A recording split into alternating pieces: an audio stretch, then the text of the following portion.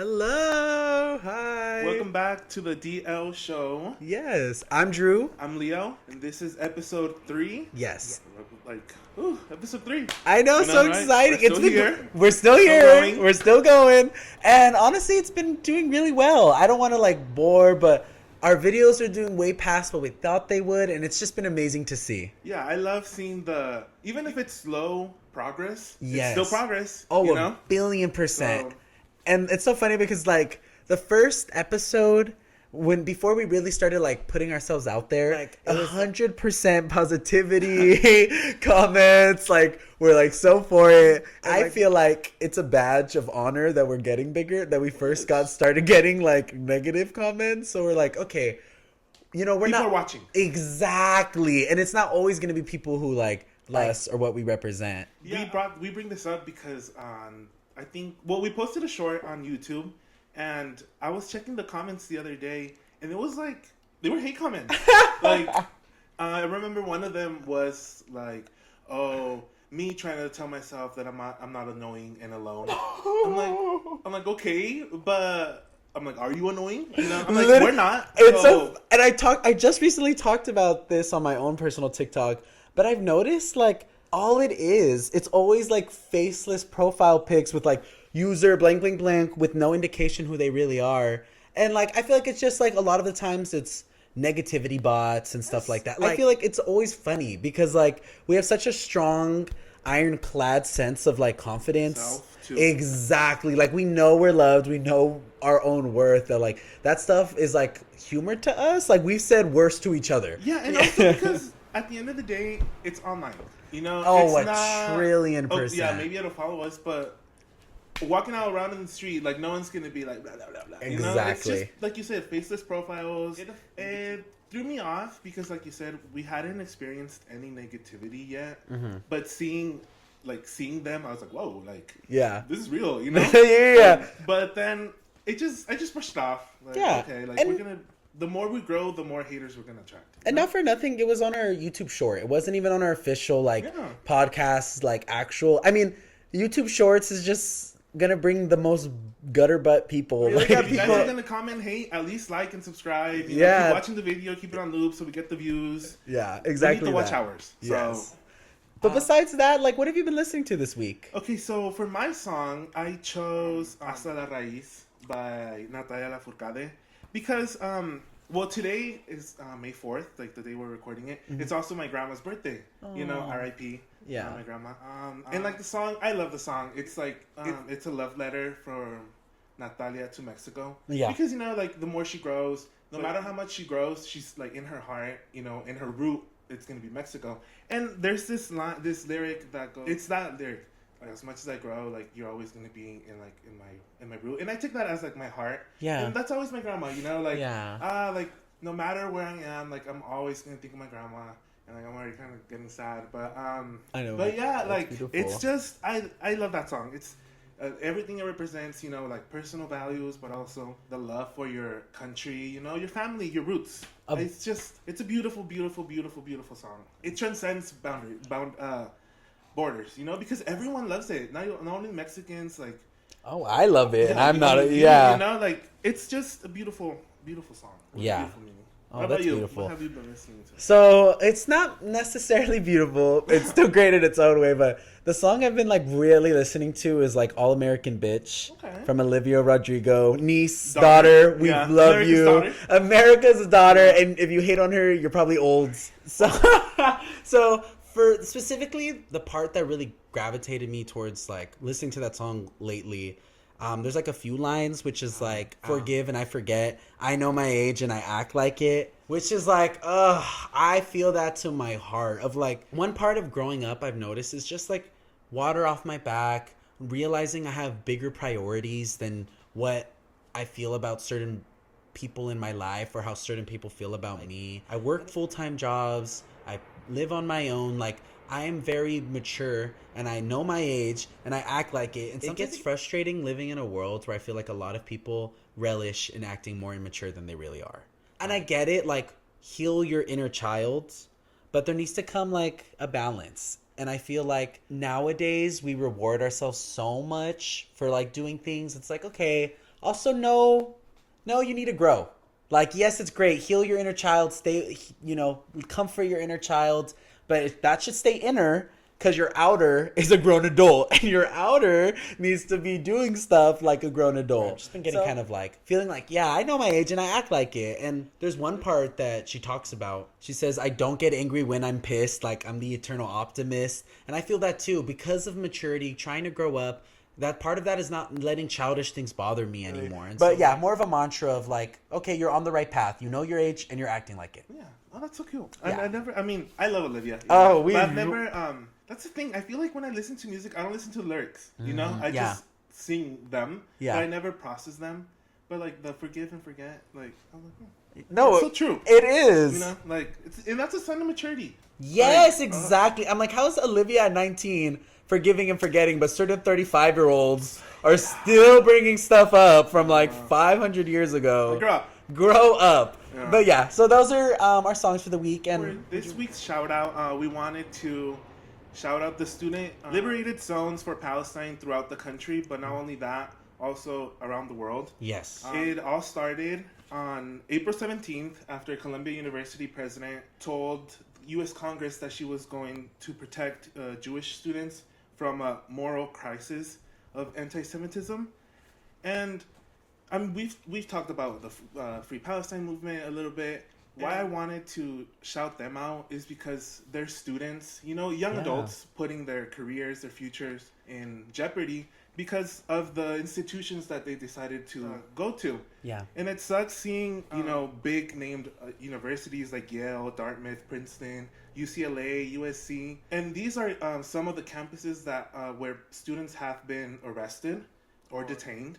According to the New York Times, about 2,300 people have been arrested since April 17th. It sucks because they're doing the right thing. Yeah. They're standing up for human rights, for humanity, but they're villainized by the media, by our politicians, even by their own faculty members. Yeah. And it sucks that because they're the ones that have to raise their voice. But again, my props and all my prayers and everything to them because they're the ones putting their lives at risk. Yeah. And they're setting such a beautiful example for the future generations too. But my mom, I was talking to my mom about how I lost my job. And she's like, I always told you, like, you should always be quiet, just take it, and then eventually you'll make it. And I hate when my mom tells me that. Because, like, okay, I get it, but why should I put up with that? Yeah.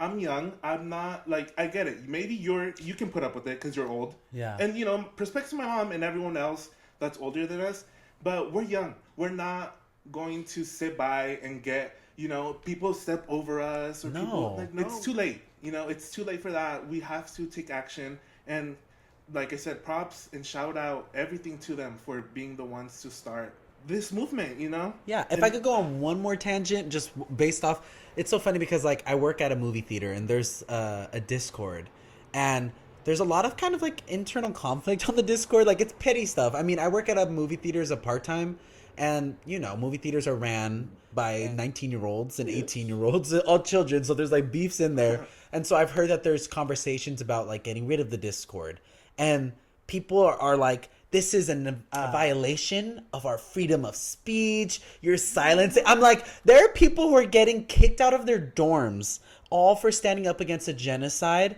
and you're mad because you can't like send memes in your Discord. Like, there's bigger issues. There's people who have wars in their countries, Kim. Like, be for real. And so and that's one thing we're not gonna make big things about us or like throw out big terms like violation of freedom of speech because of petty things. We know how the world is, and we know that in the grand scheme of things we have so much privilege and 100%. just we're able to live our lives, especially here in America. 1,000,000,000%. That's my biggest thing. Like, I hate seeing Americans like, like they're gonna get us. Like, who's gonna get you? No one's gonna come to New York to come get this random person. Like, it's just self-entitlement. Yes, and we're talking, and it's victimization too. Yes, like you're not the victim, but you're putting the target on yourself. Yes, because you know that you're not. And we're talking specifically about the Zionists that are like me, because of course there are individuals in America who are targeted in America, but those people who aren't, be for real with yourself, know your place, know your privilege, as we acknowledge ours. And then certain people, like, because we're minorities, like certain minorities would rather die than admit they have a certain privilege because they experience other. Exactly. There is nothing wrong with it. Just because we're privileged in some aspects, we're disprivileged in others. So it balances out. We just wanted to bring awareness. Like, well, of course, there's already awareness because it's a national thing. Yeah. But just throw our little, our 2 cents in there. A little drop in the bucket of water. Exactly. Because that's what makes the flood that washes away all this. That's our intro for today. And today we have like a specific topic. I know we've talked about in our first episode of things we want to cover. It's not just like our personal things or observations about the gay community. We also are big media consumers. So I was thinking, or we were talking about like this week, maybe going over a recent film that came out that we both loved. Challengers. Yes. In case you didn't notice, like everything about it we love. And so we kind of want to talk about it. First part of it, we want to do like a non-spoiler review. That way those who haven't seen it can still feel engaged and still feel welcomed. Well, then afterwards, we're going to kind of discuss about themes, certain parts of the film that just require spoilers and information about it to really discuss. And it's not our first time discussing it, but our first real sit down. Our thoughts have been articulated, versus like we just watched it like the first weekend it came out and then we met up and talked like quickly. But yeah, so should we start off with the spoilers? Or the non-spoiler? Yeah, you want to start off? Personally, I love this movie. I think it's a 10 out of 10. Easy. Like an instant classic. Off of a first watch, I think it's Luca's first best movie. But Suspiria, it's like Suspiria and Call Me by Your Name. I haven't seen Bones and All, but Suspiria and Call Me by Your Name, like, they're up there. Yeah. But now they have a pretty triplet. Yeah, exactly. Because Challengers, like start to finish, it was a ride. The score was like immaculate. Like I always think about the score.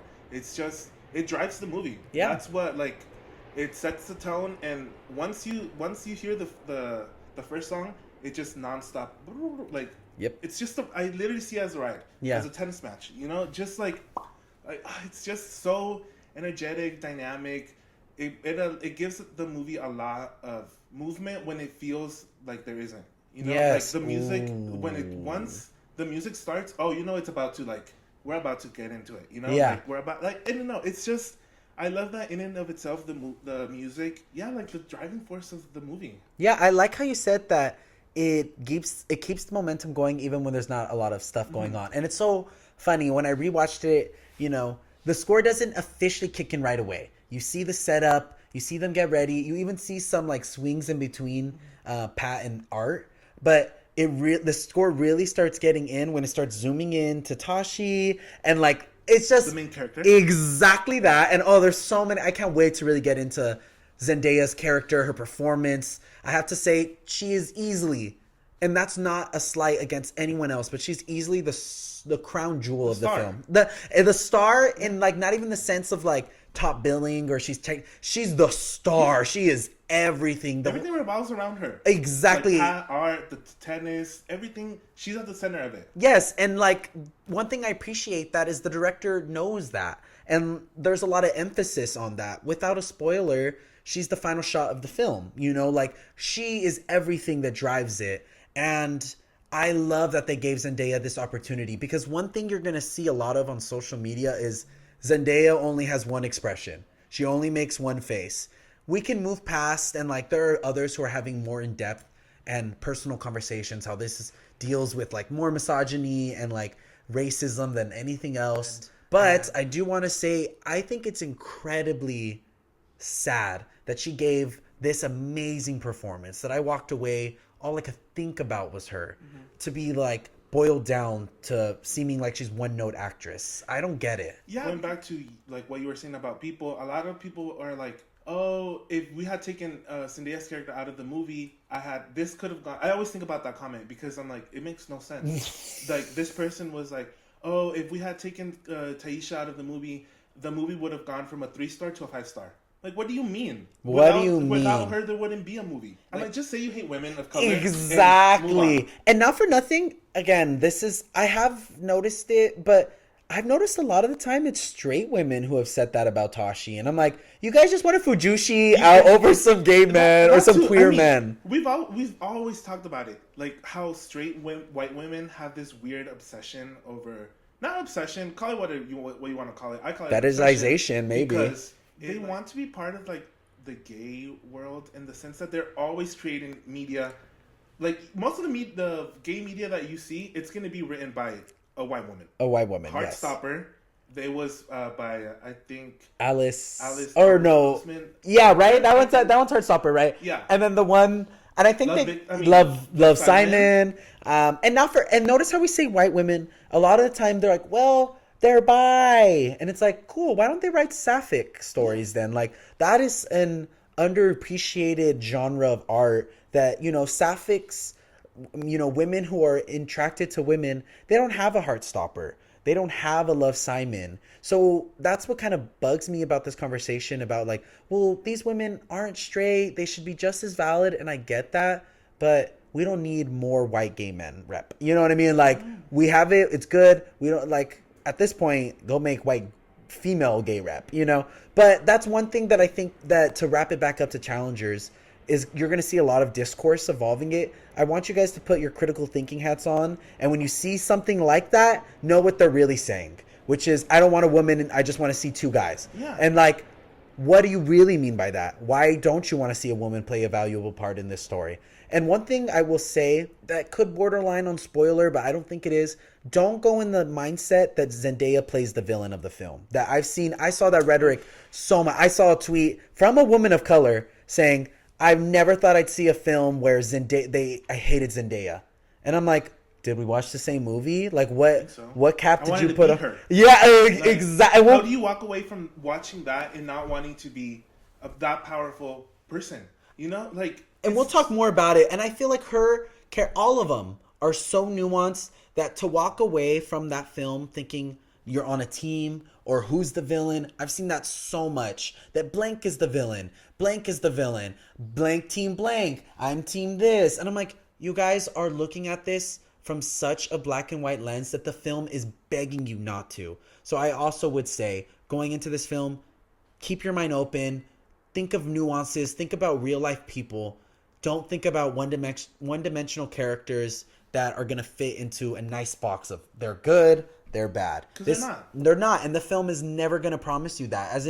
And that's what makes it such a great film. I would argue this is one of the greatest sports films I've seen, not just because of what happens, but you said it. It feels like a tennis match as you watch. Yeah. Characters go back and forth. Mm-hmm. And that, to me, is an excellent example of a sports film, is that if I want to watch two tennis players playing tennis, I'll just turn on the sports channel. You go into a sports film, yes, because you want to see love for a sport, but you're also going into it because you want to see a story. And the way these two are intertwined, the presenting of the story feels like a tennis match as you're watching a tennis match. It's genius. And like, I completely agree. I think this is Luca's best film. And not for nothing, it's a culmination of all of it. It has the sensuality that Call Me By Your Name brings. It has, honestly, the horrors of a practice, whether that be dancing or tennis, and like the challenges that come with it from Suspiria, while also in the film.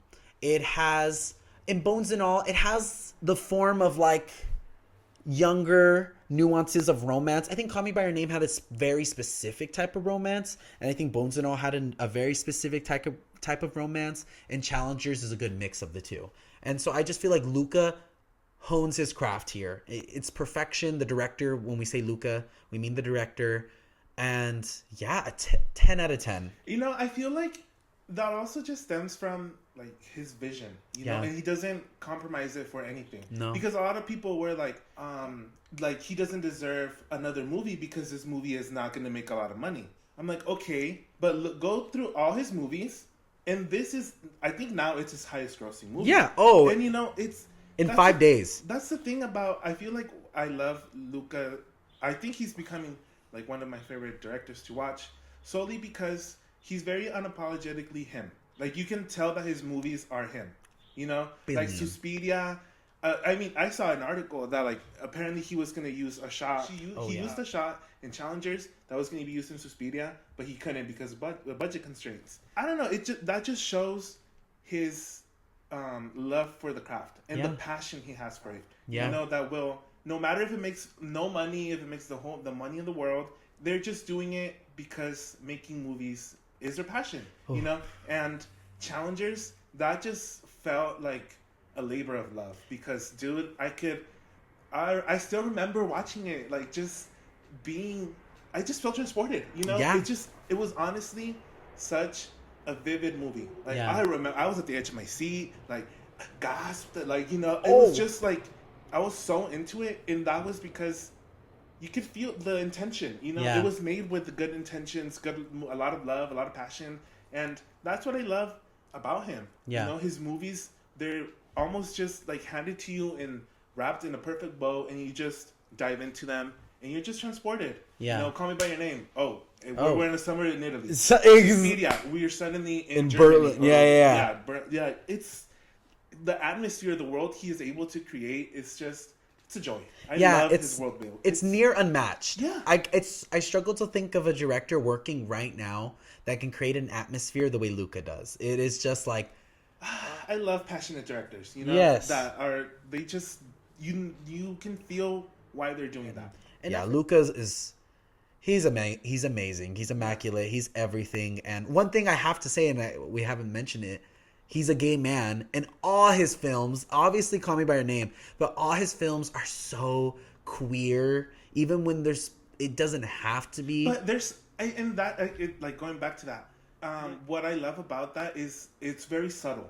It's like subtle hints of, it's not like in your face. Like, no. Of course there are moments, but like what I love about him is how he's able to like make the smallest thing be like something. I mean, we can't, for like in the movie in Challengers, there's this part that I always think about because it's so little, but like for someone like, you know, for like someone like me, like a gay man, like, you know, that loves that type of relationships, you could tell it was made by a gay man because no one else would have understood the subtleness, but also the appeal of it. Yeah, you know. Oh, the film, just I guess if you weren't aware, it's like it is to its core the perfect love triangle, and a real love triangle. People think a love triangle, one girl, two guys.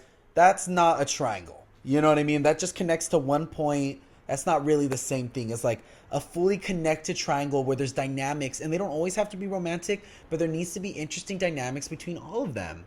So this film promises a love triangle in a sports film, and it delivers, like, truly. And I struggle to think of a single flaw, to be honest. I would tell you guys if there was issues. I would say maybe I noticed it a little more on my rewatch, and maybe because I was more in the back of the theater.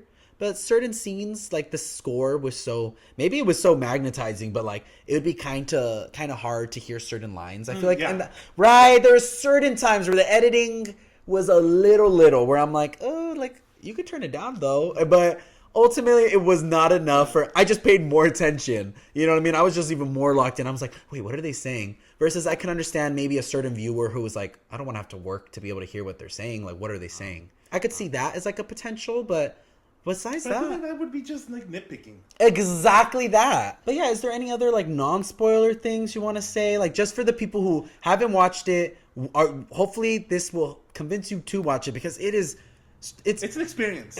It's honestly, it's a movie experience. It's not like Barbie level or Avengers level, but go watch it and you'll know if you're into it. Yes, but go watch it. Go watch it. Yes, and it deserves to be in a theater. A lot of movies say that. Yes. Being like me, Aylin and I watched it on IMAX, and dude, just like the big screen, just being able to like absorb everything in like it's like you need a big screen. 100%. Rewatched it, watched it normally, rewatched it in like a bigger screen, and it's like I just wanted to like jump in the screen, like literally. Another thing that I love is how visually pleasing the movie is. Like the cinematography is like chef's kiss. You just, like you said, you just want to jump in and like play tennis already. Oh, you know? a billion! Like, I just want to be there with them. Yeah, and it feels like you are, because it's just such a beautiful movie. Yeah, like, beautifully shot. Like the night scene, everything about it is just. One last thing that we could say before, maybe if like we have nothing more to say, non-spoiler.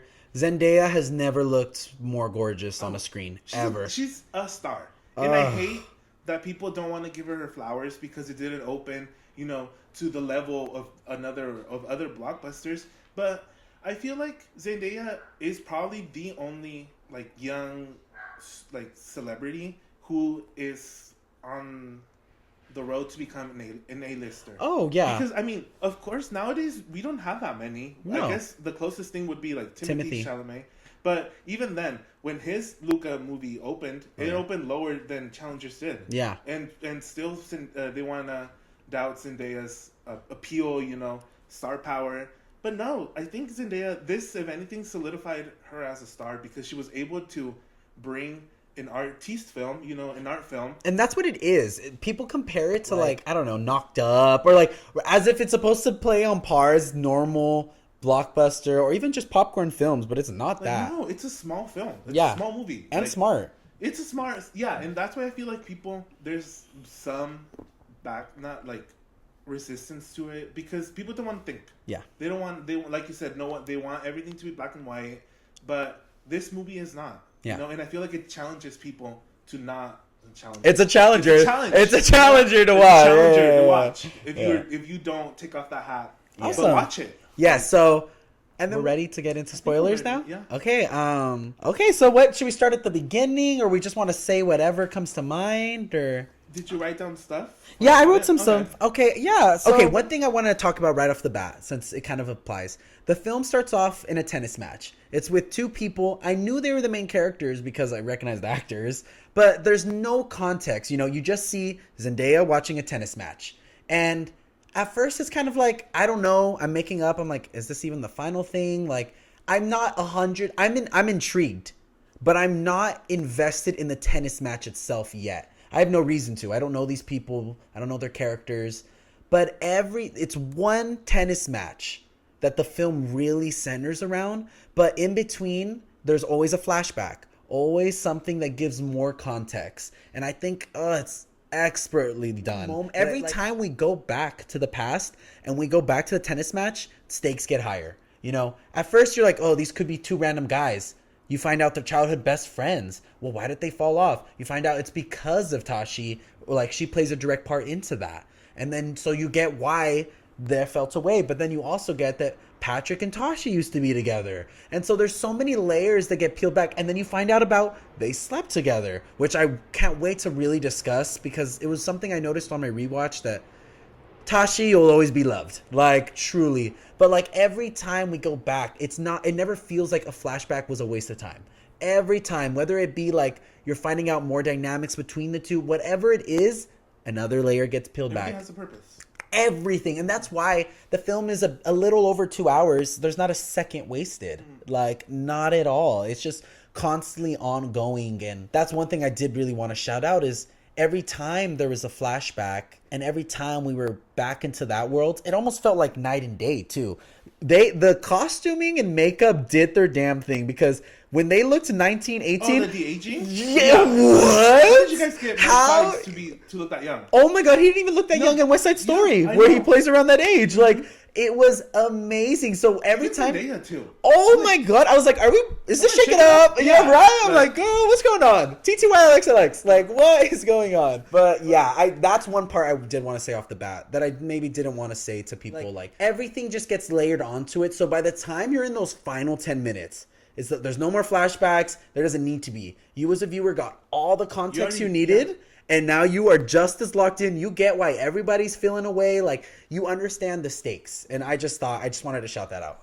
Yeah, it's like the format of the movie, it just works really well, because I feel like sometimes flashbacks can be a little too much. Yeah. Or not a little too much, but they can be hard to track. Yeah. Oh, because, a trillion. And I feel like Luca's direction, it was just perfect because, like you said, each flashback had a purpose, but also it didn't take you out.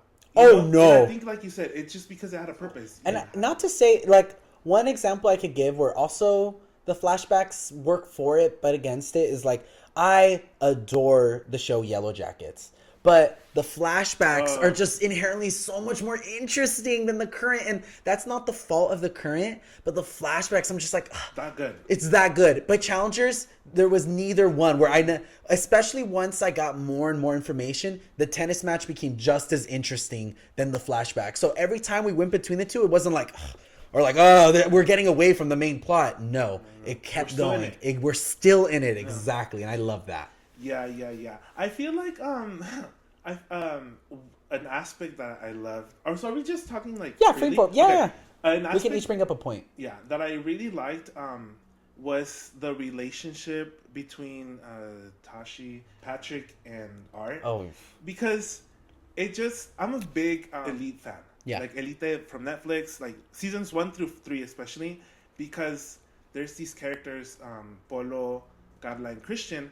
And they also have it like threw me off a little bit.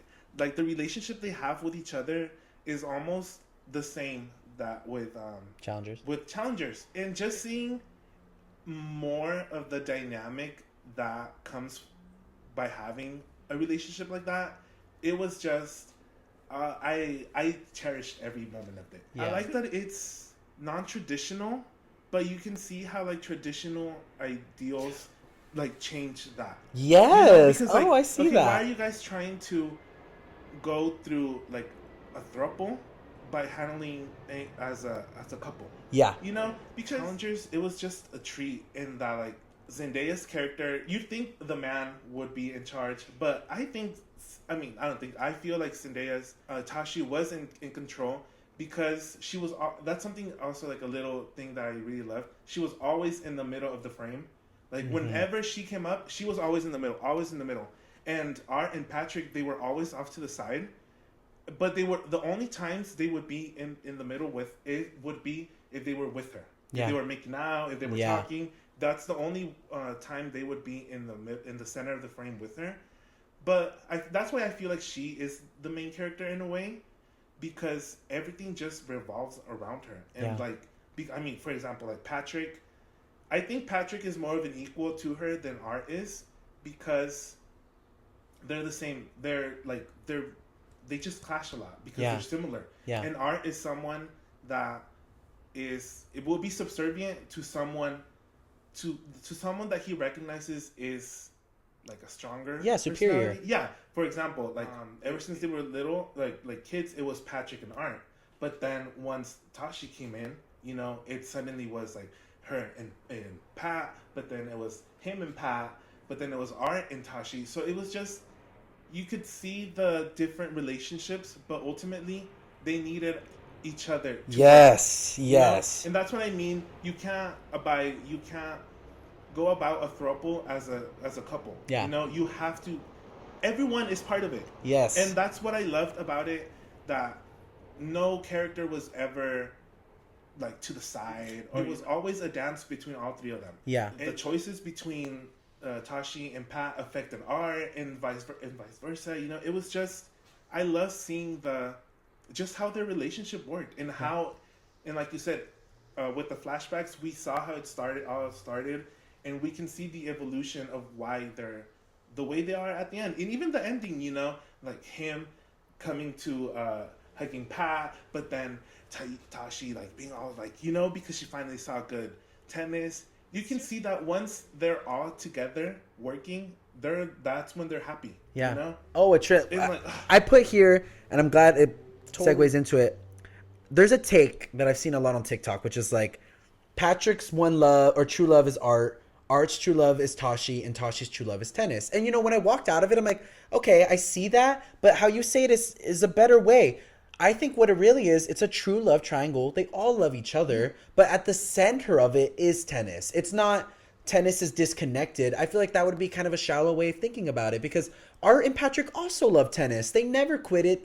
And by the end, Art is disillusioned, but not because he's over tennis, but because part of the reason why he played it, that love for Patrick, is no longer there. So I think that was more what to do with it. I even love this one scene where medical health person who helps with like sports medicine is helping kind of Art. And like there's kind of a moment where it looks like they're almost even gonna kiss. And you could tell Art was missing that like male companionship. And that to me, off the bat, I was like, oh, he needs a man. Like, and that didn't mean he didn't need Tashi. That just means he also needed a man. And I feel like the relationship truly fell apart when Patrick was removed from it. Like, yeah, they came together, but he's the missing piece. And they tried as long as they could to, you know, not need him. They even had a kid really young is what I noticed. Because I think their characters are only like in their 30s, like early 30s. And they already had a kid. And to me, that was giving like, you know, they wanted to replace their third because they know they needed it. And of course, that doesn't mean they don't love Lily, but that's not what they were looking for. And I felt like it shows it really well that by the end, I can't believe anyone could walk away from that being on Team Art, Team Patrick, even Team Tosh. Or the whole thing is that they're all tapping together. Yes. Yeah. Oh, 1,000,000,000%. Yeah, I feel like you need to evaluate them as like a throuple. Yeah. Because, like you said, at the end of the day, it's all three of them with tennis in the middle. Yes. You know, that's what connects them. But it doesn't define their relationship. No. Like maybe, because, for example, like Tashi, the way she talked about tennis, you know, when she's like, oh, the moment you connect with someone, it just feels like a good relationship, you know? Because you need that chemistry with, like, a good player in order to be good. Because, you're only as good as the opponent. A billion. And I feel like Patrick was someone like that too, you know? If we can keep going on about like kind of Patrick, it's so funny that you said that like, of course, you know, Tashi's the dream, and like, but I walked away from that movie feeling most connected and like relating the most to Patrick, because to me, especially on a rewatch of that hotel scene, it's so obvious that Patrick feels for Art in a unique way that Art doesn't feel the same for him. Like, I see that like, you can tell, especially when Zendaya's bringing up like, oh, so you guys are a thing. Patrick's uncomfortable with it because it's too real. And Art is able to be like, no. But Patrick hesitates. He agrees with Art because he doesn't feel that way. Because Art and Patrick do love each other. But Patrick's, to me, I interpreted it as like Patrick having a more deeper love. And not to say that, and that's why I get the whole like, Patrick loves R loves Tashi. But I think they all love each other, of course. But Patrick, to me, gives more relatable to like the gay friend who's in love with their best friend. And yeah, there's moments where those lines cross, but they don't fully allow themselves to really indulge in that. I feel like it also kind of just stems from like maybe denial. Yeah. Because that's what, like going back to the hotel scene, that's what it gave me, like kind of Art just being like, you know, like, it's nothing. It wasn't a big deal. Yeah. But like you could, like you said, to Patrick, it might have been something like a deeper, you know? Yeah. And he didn't want to hide that. Yeah, you can tell. Exactly. I also feel like Patrick represents, in a way, like, and especially his dynamic with Art, is the homoeroticism between two lifelong best friends. Like, I have dealt with that several times where I have a guy best friend and we spend every day together essentially, and we hang out, we have sleepovers, you know, we have platonic cuddle sessions. Like, we are so involved with each other. I've done that with all my childhood male friends. And because there's not a level of romanticism to it, because it's just wanting to connect with another person, right? But as a gay man, of course, there's going to be times where like that line crosses. And like you start to really feel like, well, me and this person are basically partners. Yeah, it's friendship partners, but like, why can't that be romantic? And I felt like that is the vibe I got from Patrick, where, yeah, he knows it's just them being bros and them being best friends, but you can tell that want to make it more is in him more than it was in Art. Like, you can tell if it came down to it, Patrick would be the one to be like, let's do it, not Art, you know? And I think that was like a really interesting thing to put. And that's where I loved when you said it earlier in the non-spoiler review. That's where I interpret it as like, Luca knows the subtleties. He knows how to direct people to be like, okay, the scene could have just been Josh O'Connor, which is Patrick's character, just seems a little uncomfortable, but it didn't just give uncomfortable. It gave uncomfortable with purpose. Like another subtle, like talking about subtleties in the movie, like my favorite one is when they're Patrick comes to visit them in Stanford, and they're just talking, and Art brings a churro, and Patrick pulls the stool. Patrick, and you know, it's those like you said, the subtleties of like that only a gay man would kind of pick up on. Oh yeah, because like okay, that's just a friend pulling in the chair for another friend. But like like the way I saw it, it's just like, oh, like let's get him closer. Let's get him, like, pull him in. Yes, and that's just it's just genius, like subtleties throughout. That Patrick, and I had never thought about that. I feel like I always just saw them as like a tropo. Yeah. But now the way you're like talking about it, like I can see Patrick actually being like more in love with Art than like Art. With him. Yeah, and I don't think that's bad. You know what I mean? No. In the same way, like, especially on a rewatch, one thing that really, really solidified was I hate that there's this narrative that, like, Tashi doesn't love Art, when to me it was so clear that was the one she wanted the whole time. She even tells, I love this scene, when she's like, whoever wins gets my phone number. And she looks at Art, and she tells him, in front of Patrick, you can win. You can beat him. Like, I think you should win. Like, to me, that just showed, like, she's like, I want you. And also, like, the way she treats them. Like, I love the, I think it's before the match, the last match, and they're in bed, and he's like, Art asked Tashi, like, oh, how are you going to look at me if I lose? And she's like this. But then, like, it just keeps going, and then she holds, like, she puts her hand out, and, like, she just rests and, like, looks up. And then, you move forward, and then you see her with Patrick, and like she slaps him. Yeah. I feel like it just shows the dynamics. The dynamics between the characters. Tashi and Art. There is that like calm, kind of almost like boring love between them. But I feel like Patrick, because he's so much like Tashi, they have that like passionate, like that like not like violent, but almost like passionate. It is. There is a fire between them. Exactly. Like, the fire that no longer exists between her and Art. Her and Art. But I feel like Patrick is just that fire that they're missing. Yes. Oh, like, 1,000,000,000%. And like we said, like how we've been saying, they just all need each other. It's not like they can be on their own, like couples. Like they all work.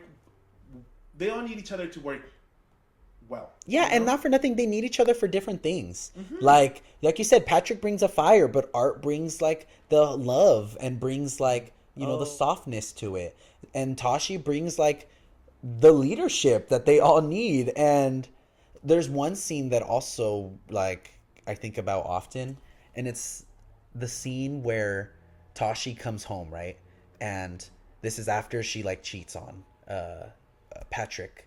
And she goes to the room, and Art's missing. And there's a moment as an audience and her, she thinks that he knows, he figured it out. But she goes straight over, and he's sleeping with the daughter. And you could tell he's so about family. And in that moment, Tashi, like, she doesn't want to lose Art either. It wasn't like I really love Patrick, and I'm stuck in this loveless marriage with Art. No, like, she was worried, and she was concerned about losing him, too. It's because, and also that, I feel like that just showed Tashi how she truly is more in love with like tennis than she is in love with Art, because Art loves him, like his family and Tashi more than he loved tennis. Yeah. Because like he was ready to quit. Yeah. Because he had already paid it, like he already played, he already won, like whatever, like the solos, things, whatever. But at the end of the day, he just wanted his family. Yeah. He wanted to spend time with Lily, Tashi, but she couldn't let go. Yeah. She needed that like fire, that passion to keep going. And well, Patrick came and gave it to her. Because even towards the end when he's like, "Oh, you should become a coach," but she's like no. Her face hilarious, but she's just like, what is this BS? Like, no. You're crazy. And even like she had already offered him way before. Like, he turned her down. So, it's just I would love to from that. I really want to talk about Tashi for a bit. Like, she deserves, in my opinion, like, and for one, I put it here. Tashi is not the villain. Far from it. It's easiest to see she's the most tragic character of the whole film. I will always literally bawl at the scene where you can tell she gives up playing tennis for herself, and it's when she can't even beat Art, and she knows that on her best she could have, and she goes on her walk, she goes to the tree, she takes off the thing that's helping her knee heal, and to me that destroyed me, because she was promised a career that would last her life. She was promised from the age of 18. Everybody's telling her, you're going to get Adidas membership. You're going to become a millionaire. You're the greatest tennis. Everybody is hyping her up, and she doesn't become cocky. It's not about that. But she has this sense to her of like, yes, this is what I'm meant to do. This is my purpose. And it's just ripped away from her. And it's like, I am someone that just resonated that so well that it terrified me. Like, I'm someone who wants to be a writer director. I can't think about if I lost the ability to speak or even the ability to see. And like, that's what all film is. It's a visual medium. And I just thought about like the idea of what if your whole life's purpose is ripped from you, even though you were promised greatness from it. It's not like she's always wanted to be tennis and she was bad. No, she was great. She was the best. And that just broke me to watch. And I think Tashi is just, how can that not eventually get to her? You know, I love the scene where they're at like Applebee's and she's like, what, did you think I was going to kill myself? One, because I'm like, girl, I would have. But two, because like, you know, she hasn't fully been broken yet by it. But you can tell eventually it just gets to her. And one scene that on a rewatch, I was like, oh, this makes more than perfect sense, was the Atlanta scene. The scene where she cheats, right? And like, when I first watched it, I interpreted it as like, she wants that spark again that Patrick brought. But one thing that I noticed was when she's watching the TV, you know, she's in the hotel and they're talking about female tennis, specifically a player the same one that she smoked. Mm-hmm. And they're saying like, oh, this player's unstoppable. There's nobody who could beat her. And she's watching it and you can't help but just to think like, you know, she's thinking I could have, oh, if this is the best, I would have just been everything. And like, in that moment, she's thinking about that and reflecting, and boom, who comes up immediately? Patrick, wearing the same shirt that he wore the last time. Not only that, but also I feel like, in a way, Patrick also kind of went through that same loss. Because even towards the end, they're like, why did you never go pro? I mean, he was always better than Art. Yeah. But I feel like it's so funny. They all, in a way, got like, for example, Art got like, you know, the brand deals. He got the big future. Something that I feel like Tashi, that should have been hers. Oh, and like something that I love like is when they're working on I think it's like a car ad, and it's like them together, and it's like something the new challenger. Yeah. And then she like puts challengers. Yeah. Because like at the end of the day, she put him there. Yeah, oh, you know? There's no doubt about it. 100%. And I feel like maybe that's why she went back to like Patrick. That's why I feel like the reason why she cheated is he just feels like home in a way. Oh my god! But like not just home back when she was still a tennis player. Back when her life before. That's what, because I mean, the second the knee injury happened, which my theater both times just all were horrified because it's just the saddest thing. That's when her old life was over. And I feel like you mentioned earlier that Patrick brings out a fire. One thing I think really represents that is Art, when she's at the hospital and Patrick comes and she's like, get the fuck out, get out, get out. And it's Art who finally, you know, he's not like that. He's like, get out. You know, he speaks up for what I feel like is the first time in the whole film. And so that is like, again, bringing that out, something out of Art, which is that passion, which is that fire, which he needed to bring back to talking about the Atlanta and then cheating again. He needed to bring that out of Art for their final match, because it needed to have been good tennis, and good tennis needed to be a relationship, and relationships don't work if there's lies. So Patrick laid it all out. He's like, yeah, I slept with her, we cheated, like, what now? And like all the truth is out there. And like Patrick knew that if Art even suspected a little that Pat let him win, it would have destroyed him too, just as much as if he lost. So it needed to have been completely off the table, everything there, all going. And it is just, so good. That final like moment is just everything. And I feel like that's also why Tashi was such a tragic character, that by the end, when she finally is brought back to life, I want to cry. Like, it's always so like cathartic. Herself again. Yes, for the first time, she lets out that cry.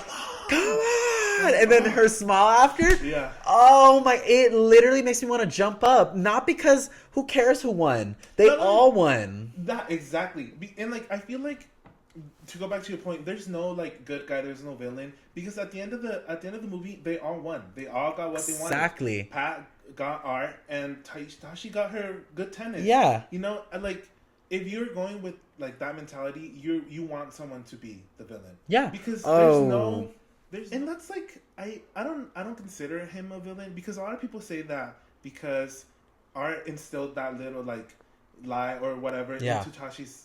That's what like caused her to be out of her game and break her leg.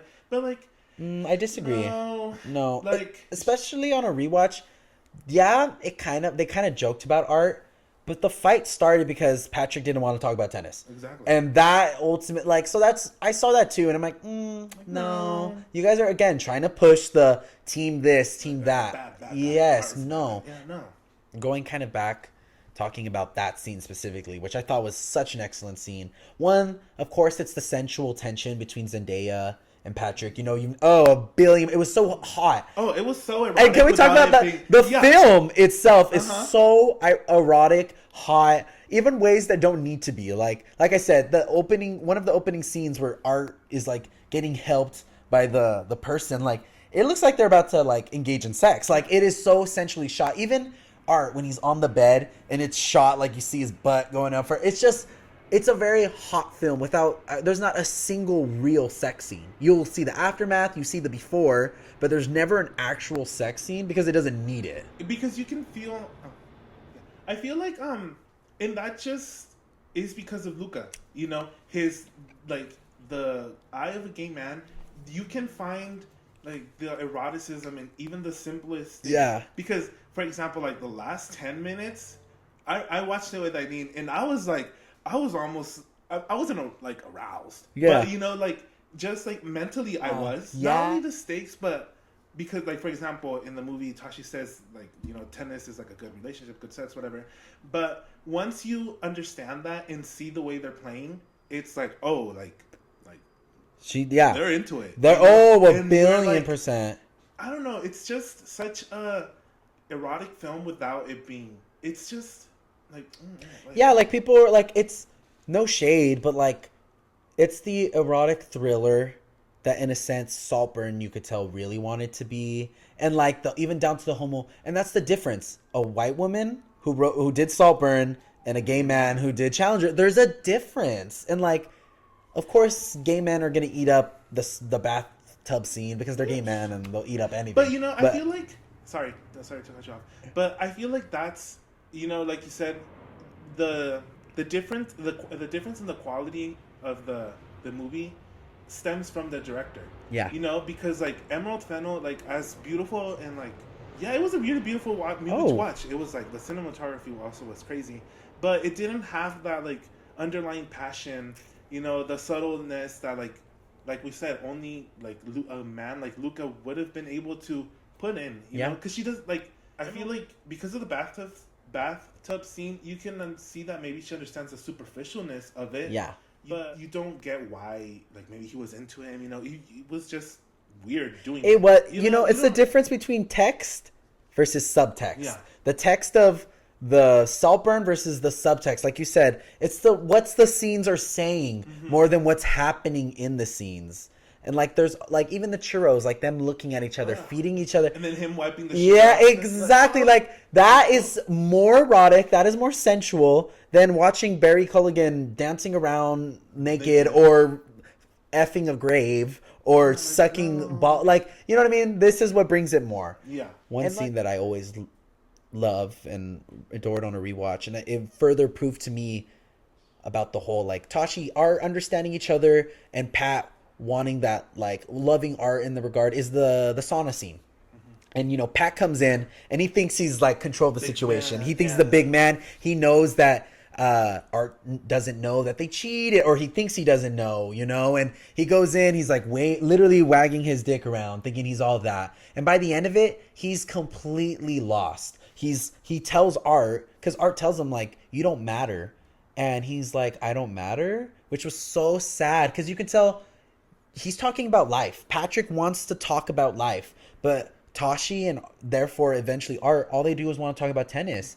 But to Patrick, hearing that is like hearing this man he like was in love with telling him, you don't matter anymore. Like I got the girl, I'm in this thing, you're a loser, you're nothing. And like that, you can tell, put him really down. And his face can't hide it. He doesn't. All the cockiness that he wanted, all the swagger, gone, like completely by the end. I love that. You know, in a way, tennis is like a metaphor for their like being with each other because it's a relationship. And he tells them like, I miss playing tennis with you. And to me, he's playing into the game of like, okay, you want to know you if the only way I can communicate to you is through tennis. What I'm really saying is I miss being with you. And Art tells him, I don't. And like, again, it just shoots him down and it makes it feel as if Patrick can never have that Art's love. And that's a scene that I just, again, subtext was there and it was doing all the heavy lifting and it was amazing. And the performances and, you know, it's in that moment where we think Art is some mega cuck, but he shows like, no, like, especially to Patrick, I'm going to stand up. And that's the thing. Patrick told Tashi, oh, Art will never stand up to you, but Art will stand up to Patrick. And I love that they all kind of have their own dynamics. I love it. I truly do. Yeah, another thing that I really liked that showcased like their personalities was the way they play. Because Tashi and Patrick, after they're not Art and Patrick aren't playing together, they're always in the middle of the court. Yeah. But also they're always in charge of the ball. You can always tell that when they're playing, they're not moving around, running around. Yeah. They're always in the center, just boom, boom, boom. But Art is always running back He's and reactive. forth. He's reactive. And I feel like that also shows the type of people they are. I've been saying it this whole time. Tashi and Patrick, I feel like they're very similar because they go about things the same way. Yeah. But Art is more, he'll move around for others. Yeah. You know? It just shows how Patrick, like you said, is may seem as, like, what did you say? Like a cuckold? Oh, Art like a cuck, like letting him get pushed around. Yeah, by but no, it just he does it because it's just reactionary. You know? That's the type of people he.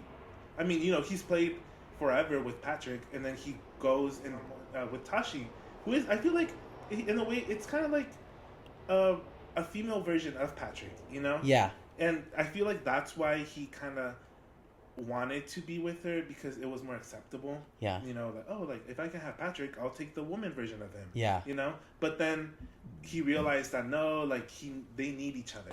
You know? It's just... And even if you want to go even further down their dynamics, you can see why Patrick is more available because Patrick is more open. Patrick comes from money. And we don't really know Art. We know that Tashi didn't grow up from money and that everything she's doing is from her family and she has to jump over hurdles of racism. And we don't really get Arts as much, except that his grandma's dying. But it's kind of giving, like, you know, Patrick has a lot of privilege and has the ability to pretend that he's poor. He has the ability to be openly queer. But that's just because, you know, it's so there. I also want to say, you were saying, like, reactive, stuff like that. I feel like Tashi is a lot of Patrick, but there's some art in her especially. I like that, you know, to that scene, the hotel scene where Art is like, what are you going to do? And she basically says, like, I'm going to leave you if you don't win. The first thing she really does after that goes to Patrick and says, you need to let Art win. So people love to act as if Tashi's some cold, heartless person who doesn't care about Art. She did her best. She put up this front to inspire Art, but then immediately told Patrick, like, essentially saying, I don't want to lose him. Like, lose. And so I can keep him, even if it means, you know, having that fire, hooking up. In a way, they both did it for Art. Because I still am under the, yes, Patrick did it, whatever, because I don't think he did it just to hook up with Tashi, just as a FU. When he told Art, it was like, they're trying to go back to their youth, trying to go back to, like, oh, like, back when they would play against each other, and, like, trying to bring that back. And again, like I said, it's putting everything on the table, it's being completely honest, it's an honest relationship, and they haven't had that in over a decade. So I feel like everybody cares for each other. It's not just that surface level, like we said it. It's a love triangle with tennis in the middle, and that's why Challengers is one of the best sports movies I've ever seen, because at its heart, tennis isn't the background. it plays a very important part. But it's also, we're not watching a tennis match. Like, it's plot, it's character development. There's so much going on. It's a perfect movie. It's a perfect sports movie. And that's where I think really, like, what more can we say, right? Like, it's a perfect sports movie. It's a perfect movie. It's perfect across the board. And yeah, I feel like if there's one thing I hope this video does, it's eliminate the black and white narrative that's been going around this film. Because I feel like I even saw one person try and claim that Toshi's character had no agency and that we know nothing of Tasha's character. And that's why I know, I'm like, you guys are coming into this wanting to hate either Zendaya or the film. Because the film, any criticism somebody can lodge at it, it has an answer for it. And I just refuse to accept. Watch the movie. Without, take off your hater lens, take off whatever lens you want to have going forward, and just enjoy this perfection. All right, so I think that's about it, right? Yeah, I think so. Okay, so thank you for tuning in for another episode of this, like, kind of media themed, like, breakdown, and hopefully, like, at least once a month we can come up with, like, something we're watching. Yeah, maybe a movie, a show. Yes, even like an album. Yeah, 1,000,000,000%. Yeah.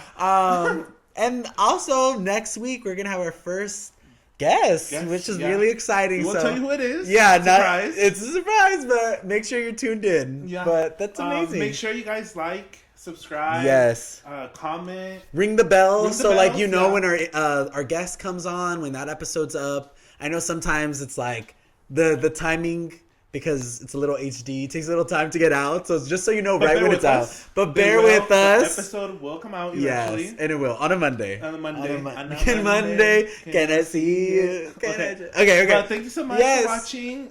We hope you guys enjoyed this Challengers episode. Yes. And we'll see you next week. All right, bye.